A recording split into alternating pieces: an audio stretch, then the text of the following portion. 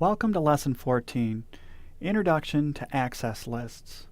Sublesson 4.3, Understanding how access lists are processed and applied. The first type of access list we're going to cover is an access list applied to the inbound interface. When an ACL is applied to the inbound interface, it is applied to the inbound packets. Packets are processed before being routed to the outbound interface. Denied packets will not be routed. They are discarded before the routing process can even touch them. On the flip side, with an outbound access list, the ACL is applied to outbound packets. The packets are routed to the outbound interface and then processed before being queued. In order to have the most effective use of your access list, there are several general access list guidelines you should follow. First, there should only be one access list per interface, per protocol, and per direction.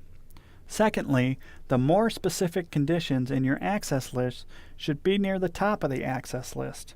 That way the packets don't match on a more general rule before they have a chance to hit the more specific condition. New entries to an access list are usually placed at the bottom as to not interfere with previous conditions.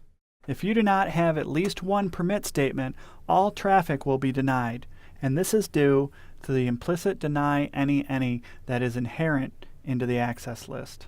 It's very important to remember that ACLs will only filter traffic traveling through the router, not traffic that originates from the router. The final rule is that you should place standard ACLs close to the destination and extended ACLs close to the source.